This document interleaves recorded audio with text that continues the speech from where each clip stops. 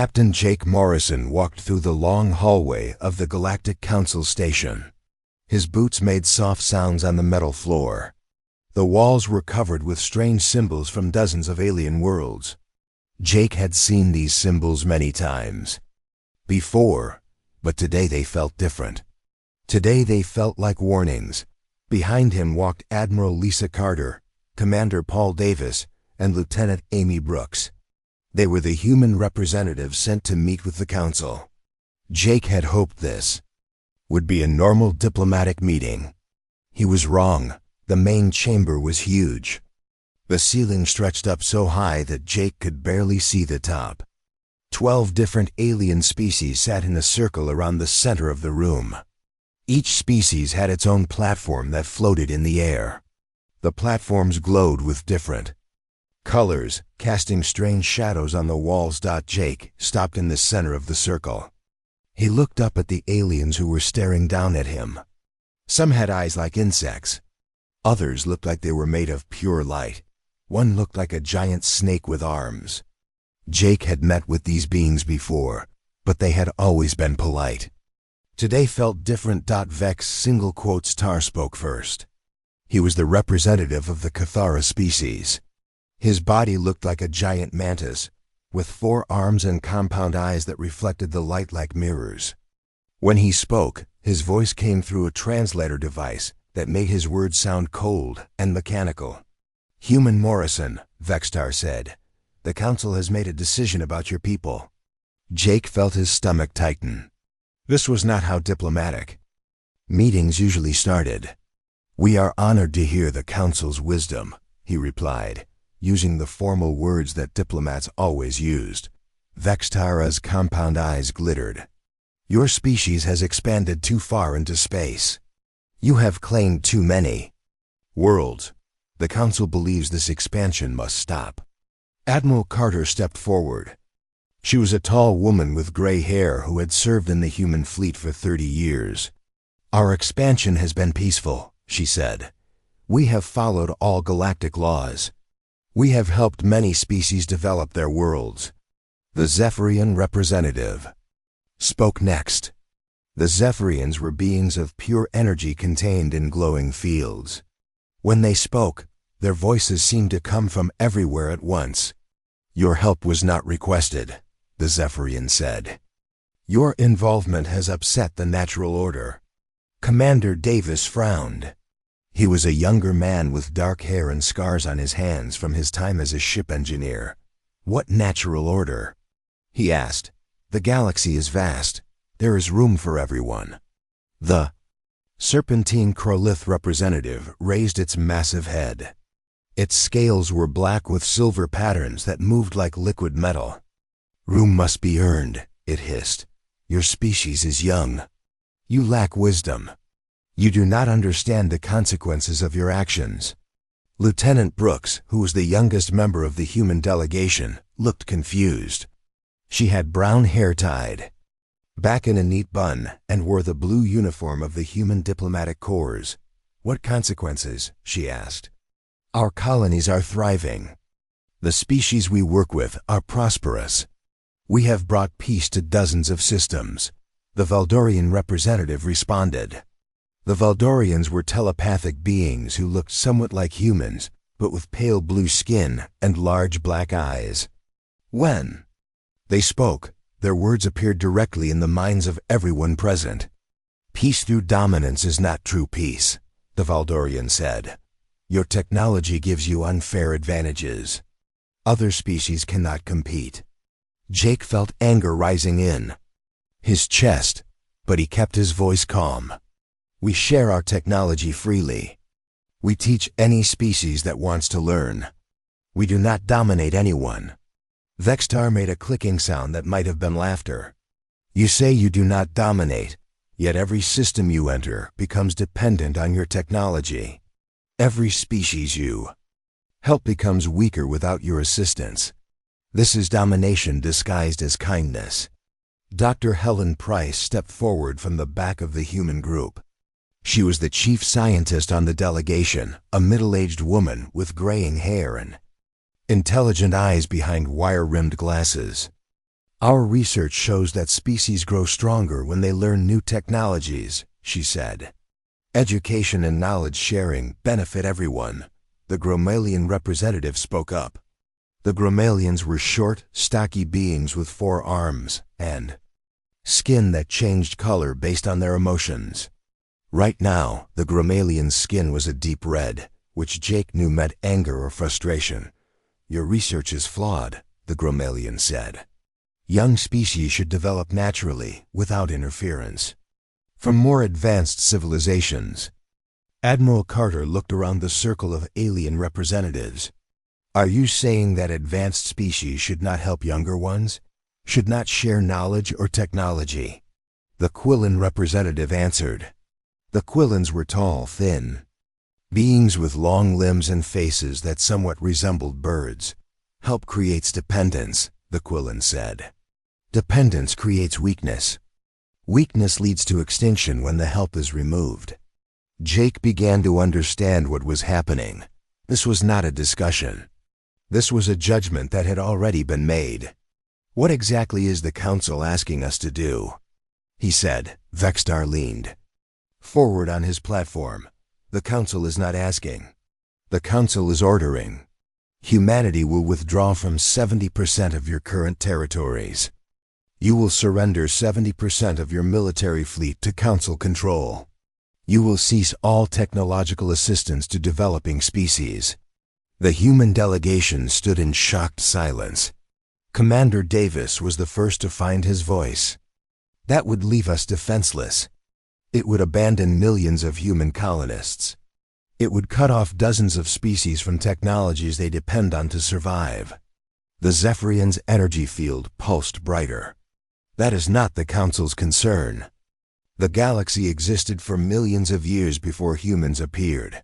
It will continue to exist if humans learn their proper place. Lieutenant Brooks looked pale.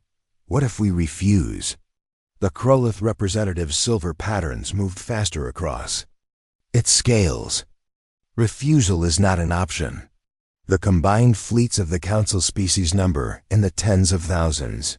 Your entire military could not stand against even one of our major fleets. Dr. Price adjusted her glasses nervously. May I ask what prompted this decision? Has humanity broken some law? Have we harmed any species? The Valdorian's telepathic voice carried a tone of impatience. Laws are created by those with wisdom. Your species lacks the wisdom to understand why your actions are harmful. You spread through the galaxy like a disease, changing everything you touch. Jake felt his diplomatic training warring with his human instincts. Every fiber of his being wanted to tell these aliens exactly what he thought of their arrogance. But he was here as Earth's representative. He had to think of the bigger picture. The human government will need time to consider your demands. Jake said carefully. Vextar's compound eyes reflected no mercy. You have one standard galactic cycle, 30 Earth days. After that time, Council fleets will begin enforcing our decision. The Quillan representative added, your compliance will be monitored. Any attempt to hide ships or weapons will be considered an act of war. Admiral Carter straightened her shoulders. And if we comply? What guarantees do we have that the Council will honor its agreements? The Gromalian's skin shifted to a dark purple color. The Council's word is guarantee enough. Species that know their place in the cosmic order are allowed to exist peacefully. The meeting was clearly over. The alien platforms began to move away from the center of the chamber. Jake watched them go, feeling like he had just witnessed the end of an era. As the human delegation walked back through the corridors of the station, no one spoke. They all understood what had just happened. The galaxy's most powerful species had just told humanity to surrender or face extinction. Jake wondered what the people of Earth would say when they heard this news. He wondered what the colonists on 100 worlds would think when they learned they might be abandoned. Most of all, he wondered if humanity would choose to fight a war they could not win, or find another way forward. The corridor seemed longer on the way back, the alien symbols On the walls no longer looked like warnings. Now they looked like chains. 3 months had passed since the Council's ultimatum. The galaxy was beginning to notice something strange. Humans were leaving their colonies, their trade stations, their research facilities, but they were not running away in panic. They were not fleeing like refugees. They were leaving with the same careful planning that had made them successful in the first place. Commander Steve Parker stood on the observation deck of the Kepler 442 trading station. Outside the thick windows, he could see the last human cargo ships being loaded with equipment. Every piece of human technology was being carefully removed. Every computer, every machine, every tool that humans had brought to this station was being packed away. The station had been a hub of galactic trade for 15 years. Species from across the galaxy came here to buy and sell goods. Most of the wealth that flowed through this station came from human innovations. Human entertainment systems that other species loved. Human medical devices that could cure diseases no one else could treat. Human communication networks that allowed instant contact across vast distances. Now it was all being taken away. Zixtal, a Gromalian trader, waddled up to Commander Parker. The alien skin was a worried shade of green. "Commander, you must explain to me what is happening. Why are you taking everything?" Parker looked at the alien who had become wealthy selling human music and movies to other species. "We're simply following the Council's wisdom, Zixtal. They made it clear that human influence in the galaxy is harmful. We're correcting that problem. But the profits..." Zixtal's skin shifted to a desperate orange color. "The trade agreements. The partnerships. What will happen to all of this?" Parker's expression remained neutral. "The Council believes that other species are better equipped to handle these responsibilities. We're sure you'll find a way to manage without us." Across the station, similar conversations were happening. Alien merchants who had built their fortunes on human trade watched in growing panic as their source of prosperity was systematically dismantled. Human traders were polite but firm. They were leaving, and they were taking their knowledge with them. Major Kate Johnson supervised the loading of the last quantum computers. These machines had revolutionized data processing for dozens of species. Now they were being carefully packed into shipping containers, never to return. A group of Quillen merchants approached her. Their bird-like faces showed expressions of confusion and fear. "Major Johnson, surely you can leave some of the computers. We have contracts, agreements. Our businesses depend on these machines." Kate looked at the Quillens with genuine sympathy. "I understand your concern. But the Council has made it clear that human technology creates unhealthy dependencies. We're doing what's best for everyone by removing that temptation." One of the Quillens, an elderly trader named Victor, stepped forward. "But we paid for these machines. We have legal ownership." "You paid for the machines, yes," Kate agreed. "But the software, the maintenance protocols, the replacement parts, the technical support, all of that requires human knowledge. The Council has determined that such dependencies are harmful to galactic civilization." The Quillens looked at each other with growing alarm. Without human technical support, their quantum computers would become useless metal boxes within months. Of the agricultural world of New Haven, Colonel Ben Taylor watched his teams dismantle the vertical farms that had turned a barren planet into a garden. The massive structures had been marvels of human engineering. They could grow enough food to feed millions of people using only a fraction of the land that traditional farming required. The native Quillen population had thrived under human agricultural guidance. Their population had grown from a few thousand struggling survivors to over 1 million well-fed colonists. Now they watched in horror as their lifeline was being taken apart. Elder Quillenak, the leader of the Quillen settlers, approached Colonel Taylor with tears in his large eyes. "Please, Colonel, you cannot leave us like this. Our people will starve without these farms." Taylor felt his heart break a little but his orders were clear. Elder Quillenake, the Council has determined that your people are capable of managing this world without human assistance. We have confidence in your abilities, but we don't know how to maintain these systems, Quillenake pleaded. The soil processors, the water recyclers, the atmospheric adjusters, we need human technicians to keep them running.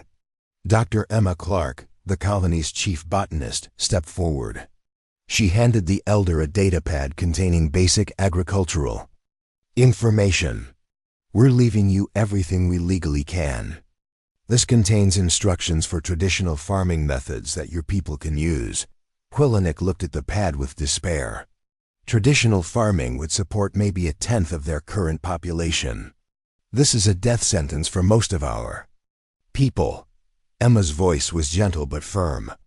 The Council believes that natural population levels are healthier than artificially supported ones. We're sure your people will adapt. Similar scenes played out across human space. On the research station orbiting Proxima Centauri, human scientists carefully packed away their equipment, while alien researchers watched in dismay. The station had been working on cures for genetic diseases that affected multiple species. Now, that research would end. Dr. Alan Roberts, the station's chief medical researcher, explained to his alien colleagues. The Council has determined that species should solve their own medical problems. Our interference was preventing natural development. Velthara, a Zephyrian scientist whose people suffered from a rare energy fluctuation disorder, pleaded with Dr. Roberts. But we were so close to a cure. Just a few more months of research. I'm sorry, Roberts replied. But the Council's wisdom suggests that artificial cures create weakness in the long run. Your people will be stronger if they develop natural immunity. The Zephyrian's energy field flickered with distress. Natural immunity? My people have suffered from this condition for thousands of years. Without your research, we'll continue to suffer. Roberts packed the last of his research data into a secure container. The Council knows what's best for the galaxy. We have to trust their judgment. On the military outpost at Wolf 359, General Amy Phillips oversaw the withdrawal of human defense forces. The outpost had protected 3 star systems from pirate raids and hostile incursions. Local species had contributed to the defense force, but humans had provided the advanced technology and tactical expertise that made it effective. Captain Vorthik of the local Gromalian Defense Force watched the humans load their ships with growing anxiety. General Phillips, what are we supposed to do when the raiders come? Our weapons are no match for their ships without human support. Phillips looked at the young Gromalian officer. The Council believes that each species should handle its own defense. You'll find a way to protect your people. But our ships are centuries behind modern pirate technology, Vorthik protested. We'll be slaughtered. The Council has great faith in your abilities, Phillips replied. They wouldn't have made this decision if they didn't believe you could handle it. As the human ships prepared to leave, Vorthak made one last desperate plea. At least leave us some of the defense satellites. They're already in place. They could save thousands of lives. Phillips shook her head. The satellites require human maintenance and control systems. The Council has determined that such dependencies are unhealthy. You'll be better off developing your own defenses. The pattern was the same everywhere. Humans were leaving, taking their technology, their knowledge, and their expertise with them. They were polite about it. They were respectful. They followed every rule and regulation. But they were thorough. Nothing that required human knowledge or human maintenance was left behind. The galaxy was discovering what it meant to lose human involvement. Trade networks collapsed as the sophisticated logistic systems that humans had built were dismantled. Research projects ended as human scientists took their knowledge with them. Defense systems failed as human technicians withdrew their support, but the humans never complained. They never argued. They never pointed out the chaos they were leaving behind. They simply smiled politely and said that the council knew what was best for everyone. The withdrawal was almost complete. Soon, humans would be contained in a small section of the galaxy, just as the council had demanded. The galaxy would finally be free of human influence. Whether that was truly what anyone wanted was becoming less certain with each passing day. 6 months after the human withdrawal began, the galaxy faced its first major test without human support. The enemy came from outside the galaxy, from the dark space between stars. They called themselves the Hegemony, and they brought death with them. General Vextar stood on the command deck of his flagship, watching the tactical displays with growing horror. The same compound eyes that had glittered with satisfaction when delivering the Council's ultimatum to humanity now reflected only fear and confusion. The Hegemony ships were unlike anything the galaxy had seen before. They were not built from metal and circuits like normal spacecraft. They were grown like living creatures, but twisted into shapes that hurt to look at. Worse, they seemed to learn and adapt to every weapon fired at them. Report. Vextar clicked to his communications. Officer. The young Cathara officer's voice trembled as he spoke. The Third Fleet has been destroyed, sir. The enemy ships absorbed our particle beam weapons and then reflected them back at us with twice the power. Vextar's claws scraped against the metal railing of his command platform. What about the plasma? Torpedoes? The enemy ships grew new armor after the first hit. The second volley bounced off like pebbles. This was impossible. In all of galactic history, no enemy had been able to adapt so quickly to new weapons. The Hegemony ships were rewriting the rules of space combat with every battle. On the other side of the Rigel sector, Admiral Kelvoth of the Gromalian Defense Force was having the same terrifying experience. His skin had turned a sickly yellow color, which meant deep fear among his people. They're not using any technology we understand, his science officer reported. Our sensors show that their ships are part machine, part biology. They can change their structure in real time. Kelvoth watched another of his ships die on the tactical display. The Hegemony vessel had simply grown new weapons from its hull and tore his cruiser apart in seconds. What about their weaknesses? Every ship has weaknesses. Sir, they don't seem to have any. Every time we find something that works, they adapt to it. It's like fighting an enemy that learns from every mistake. The same reports were coming in from across the battle zone.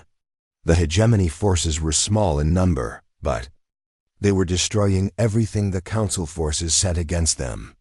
Traditional weapons were useless. Conventional tactics failed completely. In the emergency session of the Galactic Council, panic was beginning to set in. The representatives who had been so confident when ordering humanity to withdraw were now facing the reality of what that withdrawal meant. Counselor Ithsaka, the Valdorian telepathic representative, spoke with obvious distress. Our fleets are being destroyed. The enemy adapts to every strategy we use. We need new approaches, new technologies. The Zephyrian ambassador's energy field flickered with anxiety. Our historical databases show no record of such adaptive capabilities. This enemy is beyond our experience. Vextar, attending the meeting via communication link from his battle-damaged flagship, delivered the news everyone feared to hear. The Hegemony has taken control of 7 star systems in the last week. At this rate, they will reach the core worlds within 2 months. The Quillan representative, Vecto, spoke up with a trembling voice. What about the human territories? Have the Hegemony attacked them? There was uncomfortable silence in the chamber. Finally, the Gromalian representative answered. Our scouts report that Hegemony forces have approached human space twice. Both times they were turned away. Turned away how? Demanded the Kraloth representative. We don't know. The human ships that met them were small patrol vessels.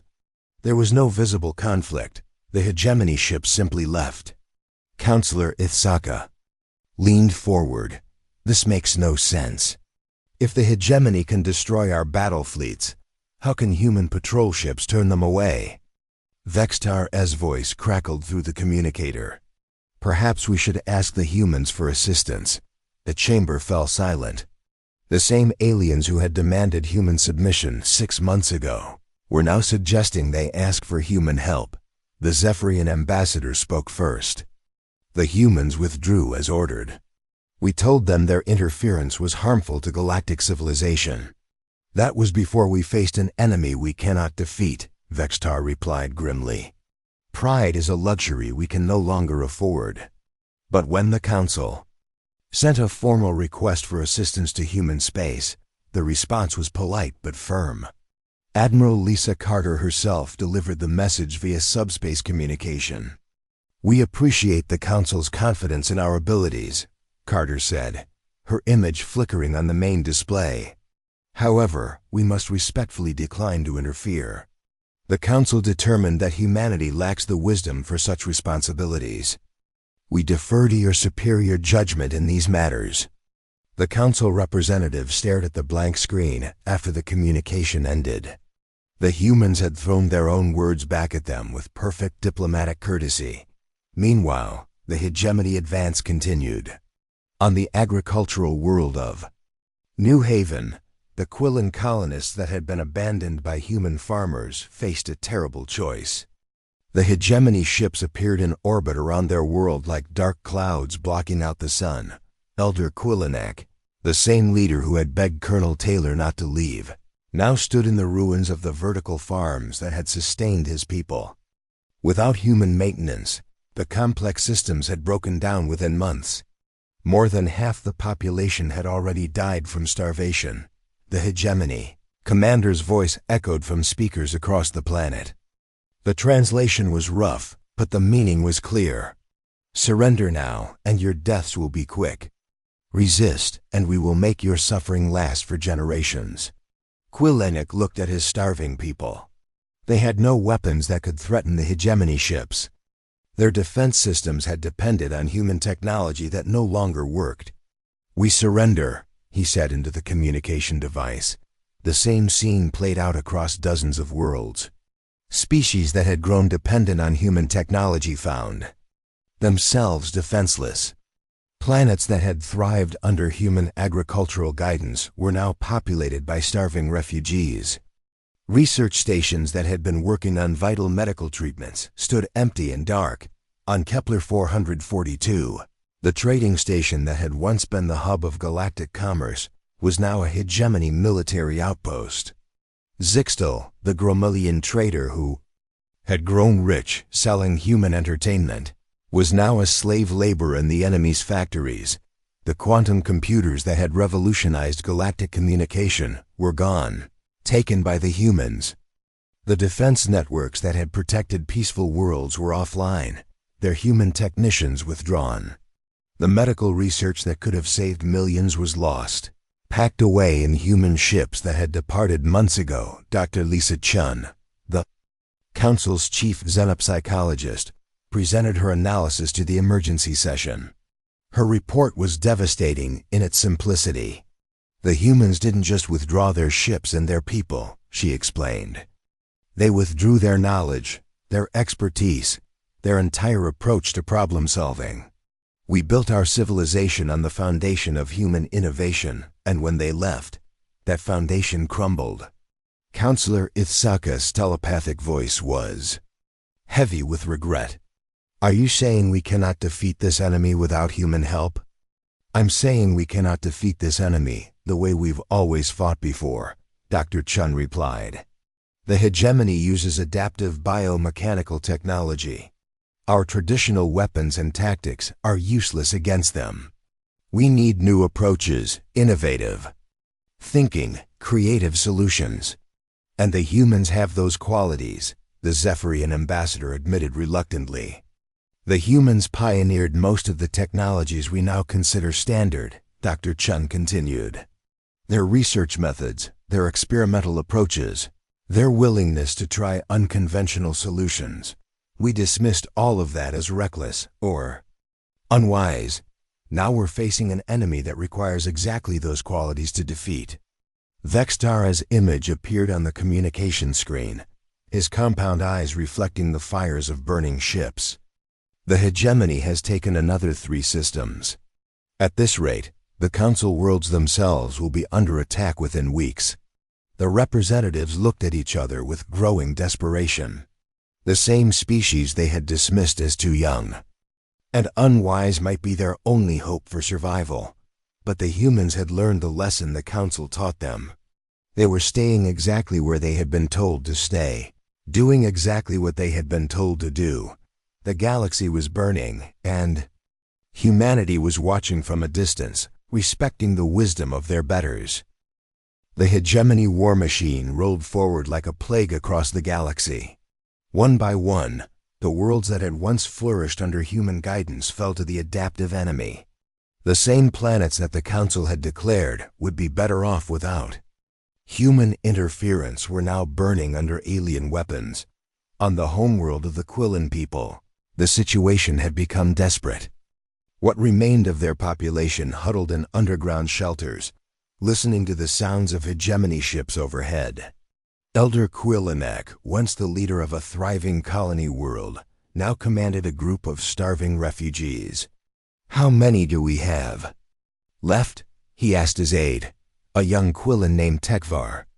"Maybe 3,000, Tekvar replied, his bird-like features gaunt from hunger, down from 40,000 just 2 months ago. Quillanek closed his large eyes in pain. Before the humans left, his people had numbered over 1 million. The vertical farms had fed them all. The human medical technology had kept them healthy. The human defensive systems had kept them safe. Now they were dying in caves, eating whatever scraps they could find. The hegemony had strip-mined their world for resources, leaving behind only poisoned soil and contaminated water. "The irony burns worse than the hunger," Quillanek whispered. "We begged the humans to stay. They said the Council knew what was best for us." Tekvar looked up from the meager supplies he was counting. "Do you think the humans knew this would happen?" "I think the humans understood things we were too proud to see," Quillanek replied. "They knew what would happen when the galaxy lost. Their protection, their knowledge, their innovation. They tried to warn us by simply doing what we asked." On the Kepler 442 station, now a hegemony stronghold, Zixtal worked in the enemy's biomechanical factories. The Gromalian trader who had once profited from human entertainment now assembled weapons for his conquerors. His skin had turned a permanent gray color, the shade of hopelessness among his people. The factory was a nightmare of living metal and pulsing organic components. The hegemony had converted human technology into something alien and disturbing. Machines grew like tumors from the station's walls. Cables that looked like veins carried data through the structure. "Move faster," hissed the hegemony overseer, a creature that looked like a cross between a spider and a machine. "The war fleet needs more adaptive armor." Zixtal's 4 arms worked steadily, connecting biocircuits that would help hegemony ships resist whatever weapons the Council forces threw at them next. He remembered when the station had been filled with music and laughter, with traders from dozens of species sharing stories and making deals. The humans had brought life to this place. They had created a hub where different species could meet and prosper together. Now it was a factory of death, producing weapons for an enemy that consumed everything in its path. "I sold human music for 30 years, Zixtal whispered to himself. "I thought it was just entertainment. I never understood that their creativity was what made them dangerous to our enemies." In the emergency bunker beneath the Galactic Council station, the remaining representatives faced the collapse of their civilization. The great chamber where they had once delivered ultimatums was now a smoking ruin. Only a few species still maintained any organized resistance. General Vextar limped into the bunker, his exoskeleton cracked and burned from his latest battle. 3 of his 4 arms hung useless at his sides. The proud Cathara warrior who had demanded human submission now looked like a broken insect. "Report," wheezed Counselor Ithsaka. "The Valdorian's telepathic abilities weakened by exhaustion and despair. The hegemony has taken the Centauri systems," Vextar reported. "They're converting our own technology against us. Every ship they capture becomes part of their fleet within days." The Zephyrian ambassador's energy field was dim and flickering. "How many of our worlds remain free?" "Fewer than 100, Vextar admitted, "and most of those are barely habitable. The hegemony takes the valuable worlds first." Dr. Lisa Chun, the Council's xenopsychologist, looked up from her datapad. Her research had painted a picture of complete disaster. "The pattern is clear," she said. Every world that was heavily dependent on human technology fell within weeks. The worlds that maintained some independence lasted longer, but not much. "What about the human territories?" asked the Gromalian representative, his skin a sickly yellow. "Still untouched," Chun replied.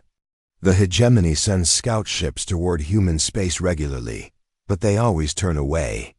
We still don't know why." Vextar had compound eyes glittered with frustrated curiosity. "Our long-range sensors show that human ships continue to patrol their borders. Small vessels lightly armed. By all logic, the hegemony should be able to destroy them easily. Unless," Ithsaka suggested weakly, "the humans have developed countermeasures we don't understand." "Of course they have," Dr. Chun said bitterly. "That's what humans do. They innovate. They adapt. They find solutions to impossible problems. We called it recklessness. We called it dangerous unpredictability. Now we see it was exactly what we needed." The Crowleaf representative, one of the few council members still alive, raised his serpentine head. "We must contact them again, offer them anything they want.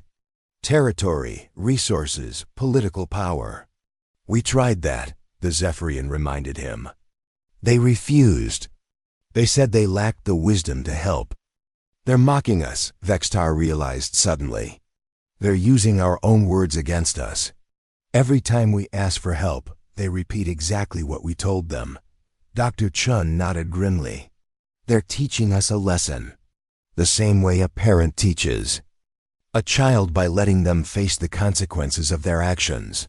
"Are you saying the humans saw this coming?" the Gromalian asked. "I'm saying the humans understood what we refused to see," Chun replied. "They knew that their withdrawal would leave the galaxy vulnerable. They knew that without human innovation and adaptability, we would be helpless against a truly alien threat." "Then why didn't they warn us more clearly?" Ithsaka demanded.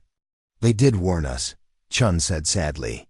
"They warned us by doing exactly what we asked.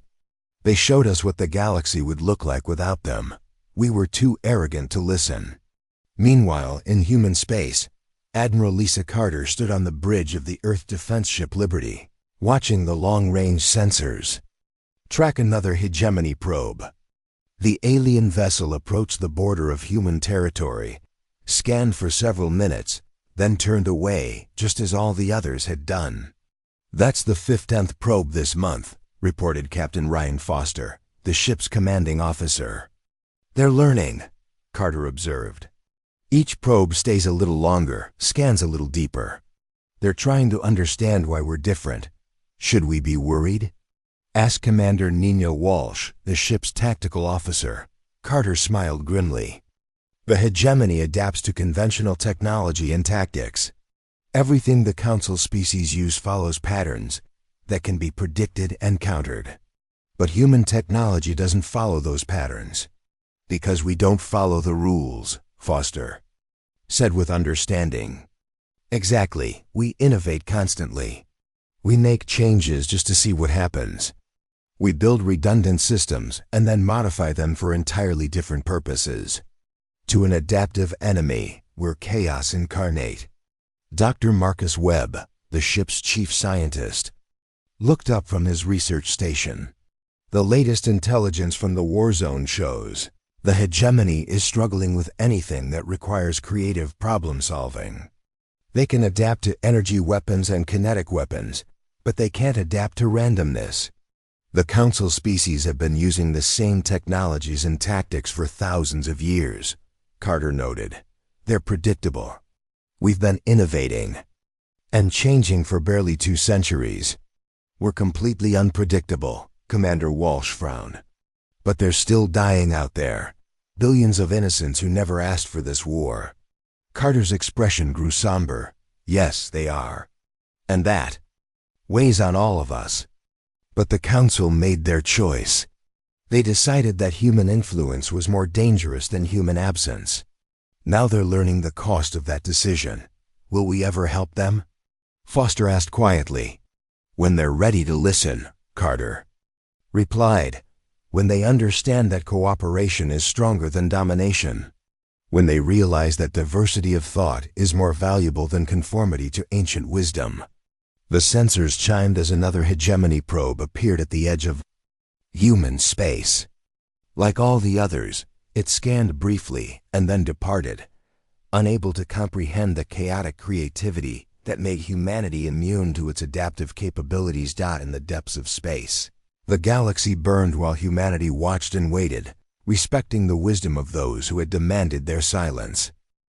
The message came through subspace on all frequencies, broadcast to every corner of the galaxy. It was simple, desperate, and carried the weight of a dying civilization.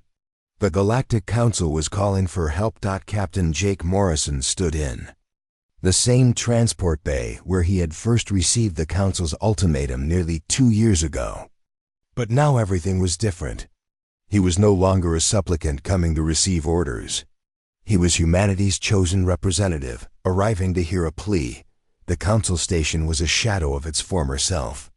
Half the docking bays were damaged or destroyed by hegemony attacks. The walls showed scorch marks from energy weapons. The grand halls that had once displayed the achievements of galactic civilization now served as refugee camps for survivors from conquered worlds. As Morrison walked through the corridors, he saw them everywhere. Quillan families huddled around small heating units, their once proud feathers now dull and broken. Gromalian traders sat in silence, their skin permanently gray with despair. Zephyrian refugees flickered weakly, their energy fields barely stable enough to maintain their forms. These were the remnants of species that had once looked down on humanity as young and unwise. Now they looked up at Morrison with hope and fear in equal measure. The Council chamber itself was a ruin. The floating platforms that had once held alien representatives in positions of power were cracked and broken. Emergency lighting cast harsh shadows on the walls. Only 5 of the original 12 Council species still maintained any form of government. General Vextar stood at the center of the chamber, but he was no longer the proud warrior who had delivered ultimatums. His exoskeleton was held together with metal braces. 2 of his arms had been replaced with crude mechanical substitutes. His compound eyes were dim and clouded. "Human Morrison," Vextar said, his voice crackling through a damaged translation device. "Thank you for coming," Morrison nodded politely. The Council's message said this was urgent. Counselor Ithsaka stepped forward, leaning heavily on a support device. The Valdorian's telepathic abilities were so weakened that he had to use a voice synthesizer to speak. "The galaxy is dying, Morrison. The hegemony controls 80% of our worlds. Billions are dead. Entire species face extinction." "I'm sorry to hear that," Morrison replied with genuine sympathy. "War is always terrible." The Zephyrian ambassador, her energy field barely visible in the dim lighting, spoke next. "We were wrong. Everything we said about humanity, everything we believed about your people, we were wrong." Morrison remained silent, waiting. Dr. Lisa Chen, the Council's xenopsychologist, stepped forward with a datapad in her shaking hands. "Our analysis shows that the hegemony cannot adapt to human tactics because humans don't follow predictable patterns. Your innovation, your creativity, your willingness to break rules, These are exactly what we need to defeat this enemy. The Council has determined that human influence is harmful, Morrison said calmly, repeating the words they had spoken to him 2 years ago. We're simply respecting your superior wisdom. Vextar's mechanical arms clenched into fists. Please. We're begging you, put aside our past mistakes. Help us save what's left of galactic civilization. Morrison looked around the ruined chamber, seeing the desperate faces of beings who had once considered themselves his superiors. What exactly are you asking humanity to do? Fight with us, the Gromalian representative said, his skin cycling through colors of desperation. Your ships, your weapons, your tactics. We need everything you have. Join the Council as full partners, added the Kraloth representative. Equal voices in all decisions. Equal share in all resources. Take leadership of the war effort, Ithsaka said quietly. We admit it. We can't win this without you. Morrison listened to each request with the same calm expression. When they finished, he was quiet for a long moment. The chamber held its breath, waiting for humanity's answer. No, Morrison said simply. The word fell into the chamber like a stone into still water. The Council representative stared at him in shock and growing horror. You cannot be serious, Vextar said. The galaxy will die without your help. Perhaps, Morrison agreed. But the Council was very clear that human involvement leads to dependency and weakness. We're protecting you from that fate. Dr. Chun stepped forward desperately. But we understand now. We see the value of human contributions. We were blinded by pride and fear. Morrison nodded sympathetically. Learning is often painful. The Council chose to teach us about our place in the universe. Now you're learning about yours. The Zephyrian. Ambassador's energy field flared with desperation. You're condemning billions of innocent people to death for the mistakes of a few leaders. And where were those innocent people when the Council demanded our withdrawal? Morrison asked quietly. Did they protest? Did they speak up? Or did they accept the benefits of human technology while remaining silent when we were told to leave? Asaka slumped in his support device. What will it take? What can we offer you to change your minds? Morrison's expression softened slightly. The problem isn't what you can offer us. The problem is that you still don't understand what went wrong. Then explain it to us, Vextar pleaded. Tell us what we need to learn. Morrison gestured to the ruined chamber around them. For thousands of years, your species have dominated the galaxy through superior technology and ancient wisdom. You've grown used to being in control, to having other species follow your lead. When humans appeared, we didn't fit your model. He walked to one of the broken platforms. We didn't wait for permission to expand. We didn't ask for approval to share our technology. We didn't follow the established order. That scared you. The Council representatives listened in silence. So you decided to teach us our place, Morrison continued. You demanded that we submit to your authority. You wanted us to be just another client species, grateful for your guidance and dependent on your approval. But that's not who we are, Dr. Chun said, understanding beginning to dawn in her eyes. No, it's not, Morrison agreed. Humans don't fit into hierarchies very well. We cooperate best when we're treated as equals, not subordinates. The Council chose to see our independence as arrogance rather than strength. Vextar's compound eyes flickered with realization. You're saying we created this situation ourselves. The hegemony was always coming, Morrison said. They've been probing the galaxy's defenses for decades. If the Council had worked with humanity as partners instead of trying to dominate us, we would have faced this threat together. Instead, you weakened the galaxy by removing its most innovative species, the Gromalian representative said sadly. We made ourselves vulnerable, Morrison nodded. The galaxy had become dependent on human innovation without realizing it. When we left, that foundation crumbled. And now it's too late, Ithsaka whispered. Morrison was quiet for a moment, then. spoke carefully, perhaps not entirely too late. But things cannot go back to the way they were. Hope flickered in the alien's eyes. What would it take? The council system would have to end, Morrison said firmly. No more species ruling over others. No more hierarchies based on age or technological advancement. True partnership between equals. You're asking us to give up everything, the Zephyrian said. We're asking you to give up the illusion that you can control other species, Morrison corrected, the same illusion that led to this disaster. Vextar straightened as much as his damaged body would allow. And if we agree? If we dissolve the council and accept equal partnership? Morrison smiled for the first time since entering the chamber. Then perhaps it's time for the galaxy to learn what humans can really do when we're not holding back. Outside the station, Admiral Carter's fleet waited in formation.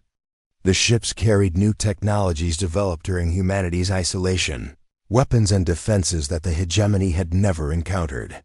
But more importantly, they carried the chaotic creativity that made humans immune to adaptive enemies. Galaxy would survive, but it would be a very different place. The age of councils and hierarchies was ending. The age of true cooperation was about to begin. Whether the surviving species could learn to live as equals remained to be seen. But, for the first time in 2 years, there was hope in the darkness between the stars.